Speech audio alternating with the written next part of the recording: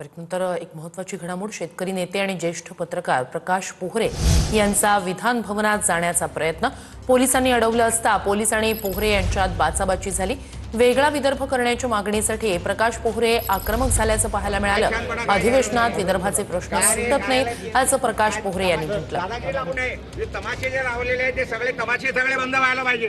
पुढच्या वेळेला जर अधिवेशन 7 दिवसाचं केलं ना अजिबात होऊ देणार नाही आम्ही। महिनाभराच्या खाली अधिवेशन झालं नाही पाहिजे।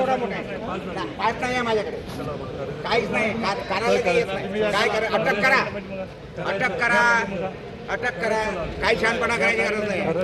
कार्य कार्यालयात येत नाही, काय दादागिरी लागू नये। जे तमाशे जे लावलेले आहेत ते सगळे तमाशे सगळे बंद व्हायला पाहिजे।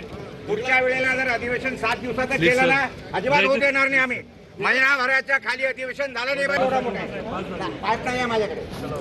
तर शेतकरी नेते प्रकाश पोहरे हे विधान भवनात शिरण्याचा प्रयत्न करत होते। वेगळ्या विदर्भाच्या मुद्द्यावरून ते आक्रमक झाल्याचं पाहायला मिळालं। 2027 मध्ये देशात 2 टप्प्यात जनगणना होणार आहे। एक महत्त्वाची घडामोड, 2027 मध्ये देशात 2 टप्प्यात जनगणना होणार आहे।